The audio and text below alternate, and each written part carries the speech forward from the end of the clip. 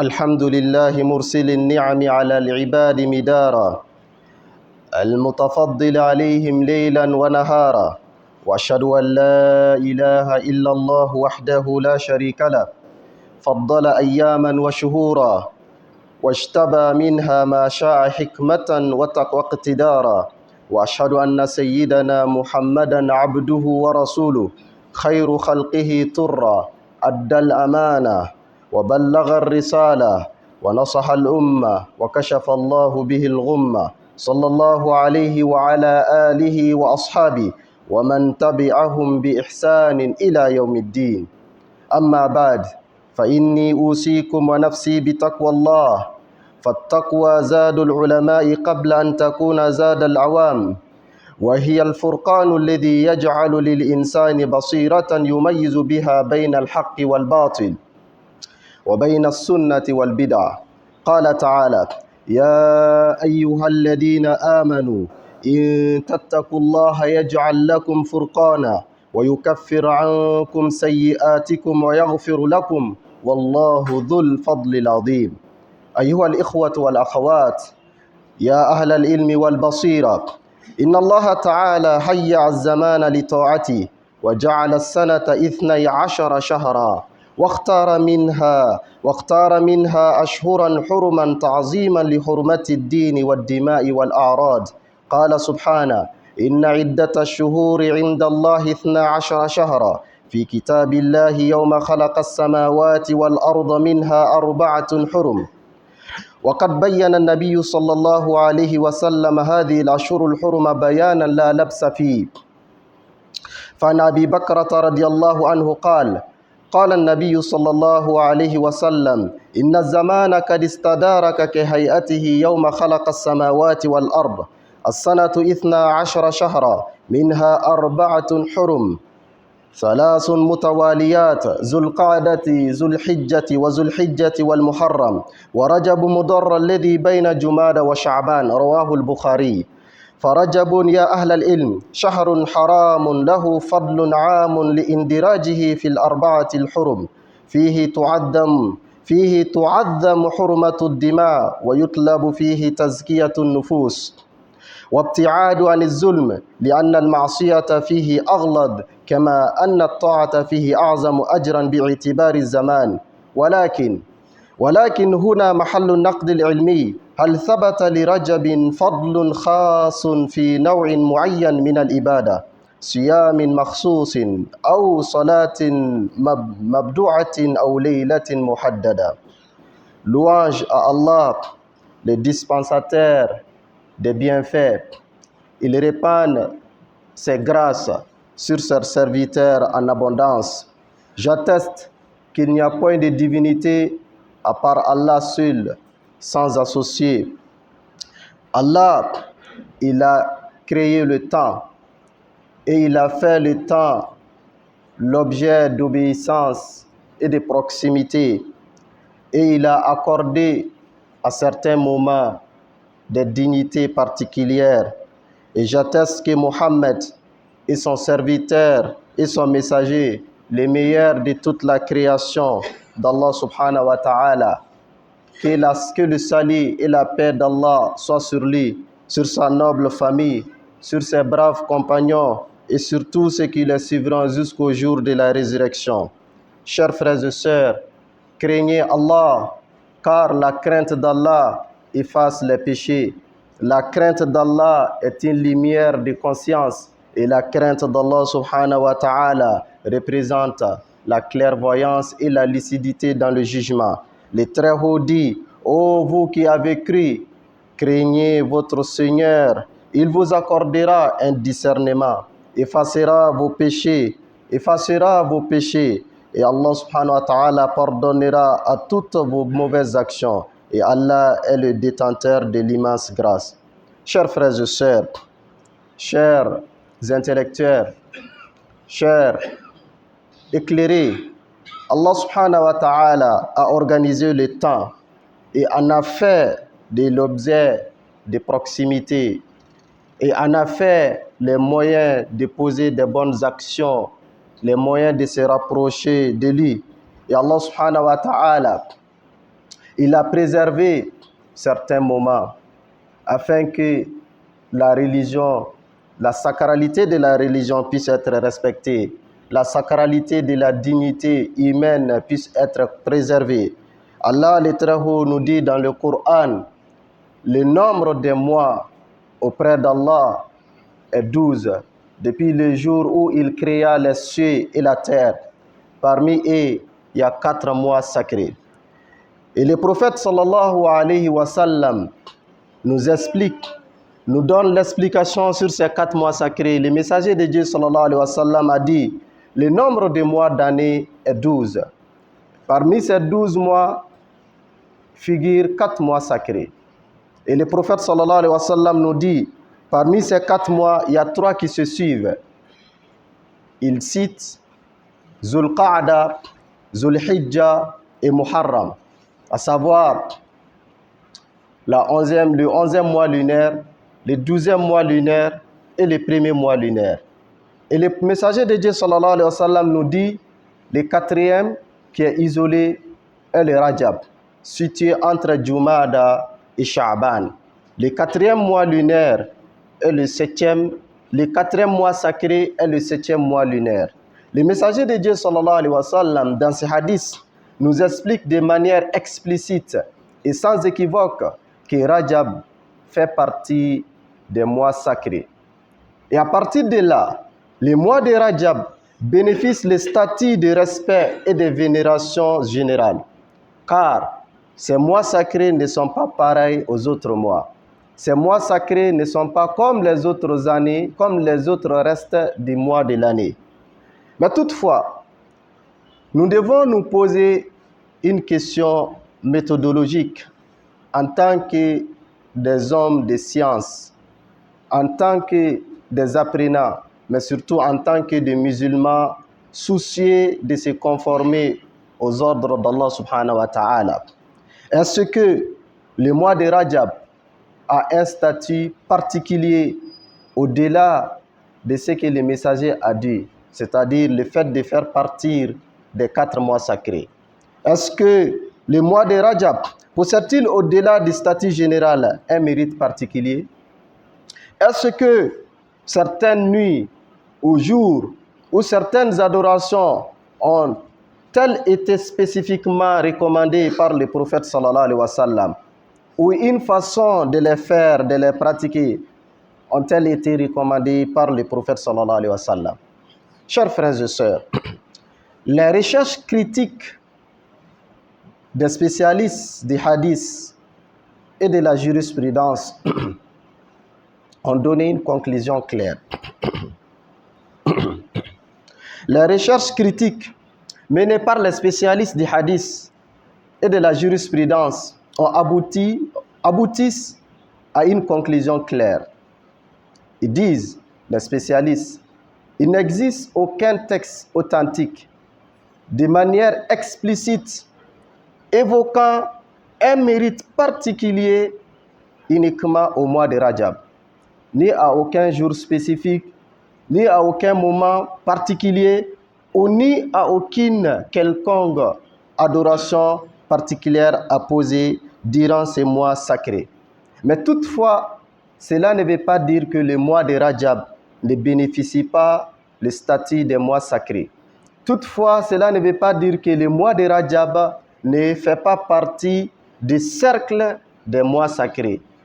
Et quand on parle des mois sacrés, ça veut dire ce sont les périodes particulières, les périodes où nous devons augmenter l'engagement et l'effort de l'adoration, les périodes où nous devons faire des preuves de retenue, d'abstinence vis-à-vis des péchés, les moments où nous devons veiller davantage au respect des droits d'autrui. Chers intellectuels, chers universitaires, chers enseignants, chercheurs, chers médecins, chers pharmaciens, chers ingénieurs, chers cadres, la question de Rajab n'est pas une simple question du mois de l'année, mais c'est toute une méthodologie d'adoration. Car notre religion ne se fonde pas sur des envies, ne se fonde pas sur des volontés, mais tout d'abord, la boussole c'est la révélation. La boussole, c'est la conformité à ce qui a été révélé par Allah subhanahu wa ta'ala. Le croyant doit se conformer dans ses pratiques à ce que le prophète sallallahu alayhi wa sallam a enseigné, car c'est lui qui a été choisi par le Créateur, c'est lui qui a porté le message et l'a transmis fidèlement. Il n'a jamais caché, il n'a rien omis. Avant de quitter ce monde, il a tout transmis. Donc la foi et la sincérité ne résident nullement dans la frénésie de poser des actions, mais avant tout de se rassurer à leur légitimité avant de les poser. Notre responsabilité en tant que des hommes de science, en tant que des hommes du savoir, c'est surtout de clarifier la distinction entre ce qui révèle de la sunna, ce qui révèle de la sunna explicite de ce qui révèle des rajouts et de l'innovation. Les musulmans doivent faire extrêmement attention à l'innovation.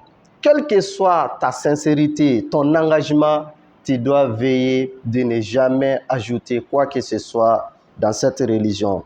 Notre responsabilité, c'est d'expliquer la sacralité de Rajab. Sa sacralité réside de ce qu'Allah subhanahu wa ta'ala l'a attribué. Rajab fait partie des 4 mois sacrés. Mais sa sacralité n'est pas liée à des mythes, à des coutumes, à des traditions non explicables. Sa sacralité n'est pas liée à des songes et à des rêves, mais sa sacralité relève parce qu'Allah dit que ça fait partie des 4 mois sacrés. Chers frères et sœurs, notre responsabilité, c'est de manifester l'hommage du mois de Rajab. Et pour manifester l'hommage du mois de Rajab, nous devons veiller à réforme de l'éthique, à réforme des morales. Nous devons réviser nos comportements vis-à-vis de la loi. Et quand on dit révisons nos comportements et habitudes vis-à-vis de la loi divine, ceci révèle quoi? D'abord, l'affermissement des principes de conformité. Les musulmans doivent toujours être attachés, cramponnés et toujours essayer de se conformer aux principes enseignés par les messagers de Dieu sallallahu alayhi wa sallam. Conformité aux textes solides, mais pas à des textes qui laissent des interprétations équivoques.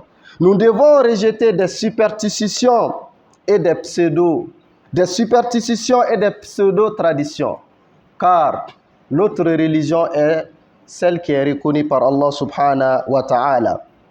Et nous devons aussi contribuer à l'éducation de la jeune génération, à un islam articulant la foi, la rigueur des recherches, la rigueur dans tout ce que le musulman doit mener, la rigueur surtout dans les critiques des textes ainsi que des traditions rapportées pour voir est-ce que ces traditions et ces textes rapportés sont conformes aux enseignements du prophète sallallahu alayhi wa sallam. Mais surtout, nous devons tout faire pour enseigner la nouvelle génération à la responsabilité civique. Je demande à Allah subhanahu wa ta'ala de nous accorder à tous la compréhension saine de cette religion. Qu'Allah subhanahu wa ta'ala purifie nos cœurs. Qu'Allah subhanahu wa ta'ala augmente notre foi. Qu'Allah subhanahu wa ta'ala nous augmente davantage dans le savoir. Et qu'Allah subhanahu wa ta'ala nous aide à se cramponner à la tradition du messager de Dieu sallallahu alayhi wa sallam. Aqulu qawli hadha wa astaghfirullah li wa lakum wa lisairil muslimina min kulli dam fastaghfiruhu innahu huwal ghafurur rahim.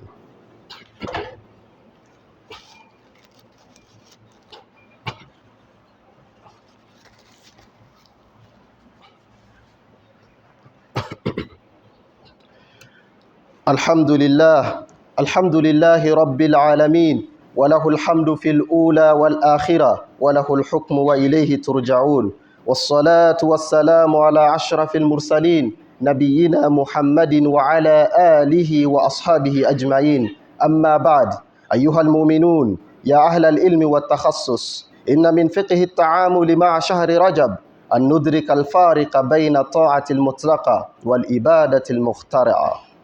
Louange à Allah, le Seigneur des mondes, que la prière et la paix soient sur le noble, le prophète Mohammed, sur sa famille, sur ses braves compagnons et sur tous ceux qui les suivront jusqu'au jour de la résurrection. Chers frères et sœurs, chers intellectuels, chers hommes de science, comprendre le Rajab entre la conformité et l'innovation signifie en pratique de distinguer entre l'adoration recommandée, l'adoration légitime sans aucune restriction et l'innovation introduite dans cette religion. Pour le premier cas, une adoration légitime sans aucune restriction, c'est comme les surrogatoires, des prières surrogatoires, des jeûnes surrogatoires, des aumônes, ainsi que de la générosité envers les proches, etc.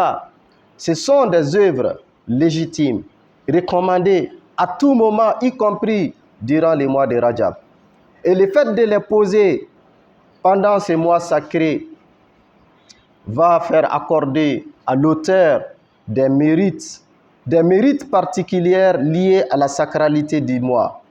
Mais par contre, en revanche, en ce qui concerne l'innovation, il s'agit de penser, réfléchir sur une manière de se rapprocher d'Allah subhanahu wa ta'ala en indiquant des mérites spéciaux, en méritant des récompenses précieuses sans être annoncées par Allah subhanahu wa ta'ala, sans être promises par le messager de Dieu sallallahu alayhi wa sallam. Et ceci relève du sphère de l'innovation et de l'égarement. Et d'ailleurs, le messager de Dieu sallallahu alayhi wa sallam nous prévient par rapport à cette attitude en nous disant Man amila amalan laysa alayhi amruna fahuwa raddun.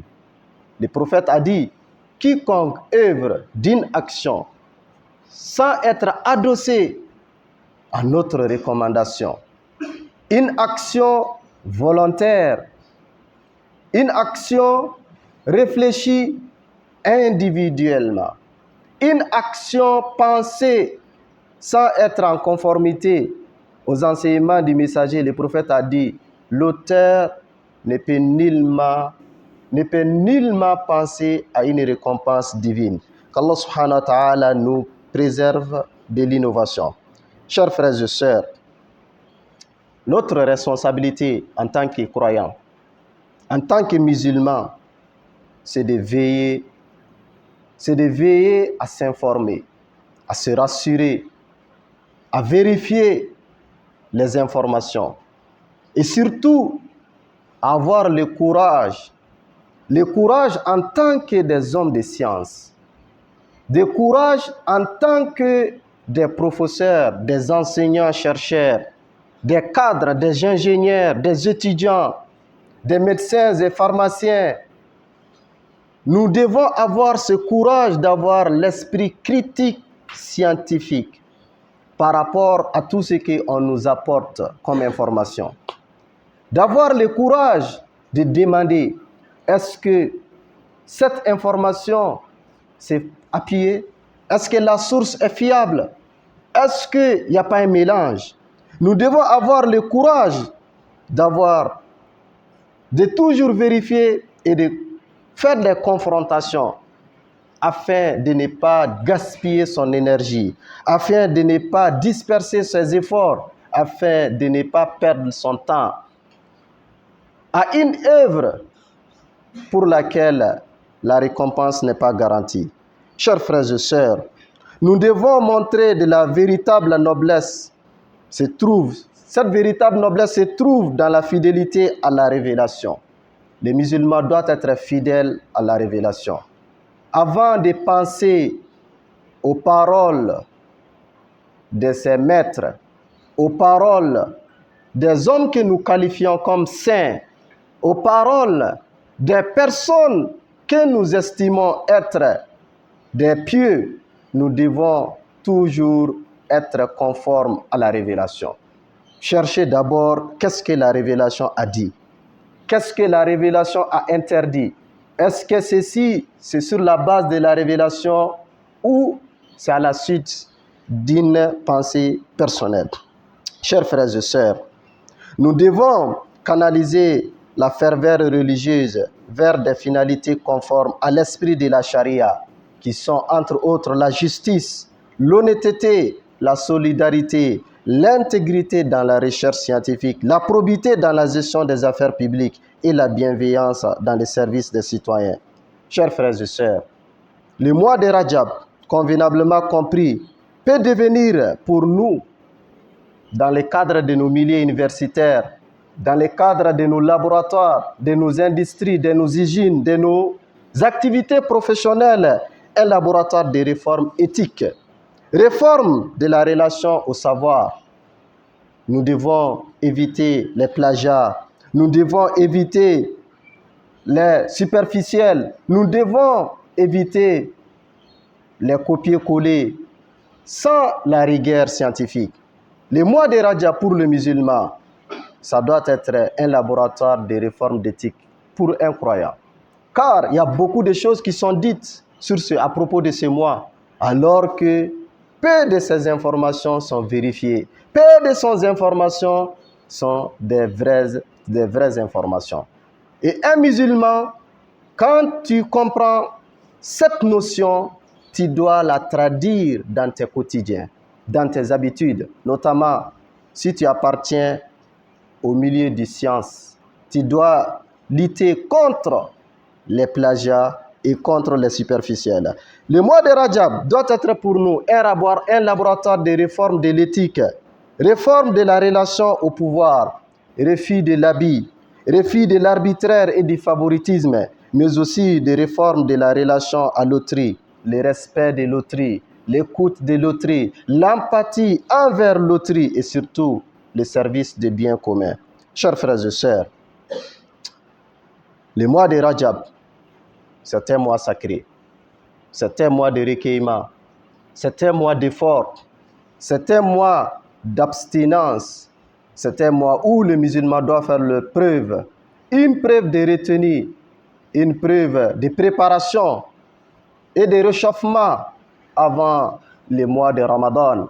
Car quand on parle de Rajab, ce qui veut dire il y a un seul mois qui nous sépare de ces grands tournois, de cette grande compétition, de cette période de promo exceptionnelle où le prix c'est le paradis, c'est le pardon d'Allah, c'est l'affranchissement du feu de l'enfer qui sont promis pendant ces moments.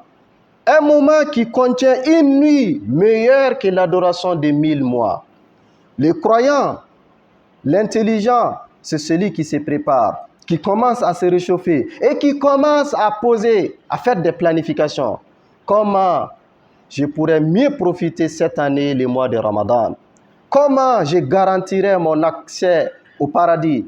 Et comment je veillerai à ce qu'avant la fin, que l'ensemble de mes péchés soient effacés? Mais ça se prépare en amont. Ça se prépare avant l'arrivée du mois. Et Allah subhanahu wa ta'ala, pour sa grande générosité et sa grande sagesse, nous a accordé un mois sacré séparant avant l'arrivée du Ramadan. Qu'Allah subhanahu wa ta'ala nous accorde la longévité de vivre jusqu'au mois de Ramadan. Qu'Allah subhanahu wa ta'ala nous éclaire, nous donne la compréhension d'œuvrer conformément à la sunna de son messager. Qu'Allah subhanahu wa ta'ala nous accorde tous dans ces mois et au-delà une foi sincère, une compréhension profonde et un comportement droit. Oh Allah, fais de Rajab pour nous un mois de reprise de conscience, un mois de retour vers toi, un mois où l'ensemble de nos péchés seront effacés et pardonnés, un mois où nous nous rapprocherons davantage de toi. Oh Allah subhanahu wa ta'ala, améliore la situation de notre pays. Oh Allah subhanahu wa ta'ala, accorde-nous la paix, accorde-nous la stabilité, accorde-nous la concorde. Allah subhanahu wa ta'ala, on te supplie de faire que les cœurs des Maliens puissent accepter que les cœurs s'unissent et que tout le monde soit derrière les autorités et qu'Allah subhanahu wa ta'ala éclaire leurs décisions, qu'Allah subhanahu wa ta'ala leur facilite la prise de décisions salutaires pour le pays et pour la vie de la nation. Qu'Allah subhanahu wa ta'ala préserve nos frontières. Qu'Allah subhanahu wa ta'ala guide les égarés parmi nous. Guide ceux qui ont décidé de se révolter contre le pays. Qu'Allah subhanahu wa ta'ala leur guide vers le droit chemin. Et qu'Allah subhanahu wa ta'ala assiste nos frères et sœurs éprouvés dans tout le monde, à travers le monde. Nos frères et sœurs particulièrement de Palestine qui se battent depuis plus de 70 ans pour leur indépendance, pour leur liberté, pour recouvrir l'intégrité de leur territoire. Qu'Allah subhanahu wa ta'ala leur assiste dans leur lutte héroïque et historique. Qu'Allah subhanahu wa ta'ala assiste tous les dirigeants des pays musulmans. Qu'Allah fasse qu'ils puissent s'unir pour faire triompher cette religion. Qu'Allah subhanahu wa ta'ala assiste et bénit les savants parmi nous, les enseignants parmi nous, les chercheurs parmi nous, les étudiants parmi nous. Qu'Allah subhanahu wa ta'ala accorde et guide l'ensemble de la jeunesse de notre pays. ربنا ظلمنا أنفسنا وإن لم تغفر لنا وترحمنا لنكونن من الخاسرين. اللهم لا تدع لنا ذنبا إلا غفرته ولا هما إلا فرجته ولا دينا إلا قضيته ولا مريضا إلا شفيته ولا مبتلا إلا عافيته ولا جاهلا إلا أعلمته ولا عازبا إلا زوجته ولا ولدا إلا أصلحته ولا بنتا إلا أحسنت فرجه ولا حاجة من حوائج الدنيا والآخرة هي لك رضا ولنا فيها صلاة إلا أعنتنا على قضائها ويسرتها برحمتك يا أرحم الراحمين. ربنا هب لنا من أزواجنا وذرياتنا قرة أعين وجعلنا للمتقين إماما. اللهم أمنا في أوطاننا واصلح أئمتنا وولاة أمورنا. اللهم من أرادنا وبلادنا وديننا خيرا فوفقه كل خير ومن أرادنا وبلادنا شرا فاشغله بنفسه وأرنا فيه عجائب قدرتك برحمتك يا أرحم الراحمين ويا أكرم الأكرمين. اللهم صل على محمد وعلى آل محمد كما صليت على إبراهيم وعلى آل إبراهيم وبارك على محمد وعلى آل محمد كما باركت على إبراهيم وعلى آل إبراهيم إنك حميد مجيد. سبحان ربك رب العزة أما يصفون وسلام على المرسلين والحمد لله رب العالمين.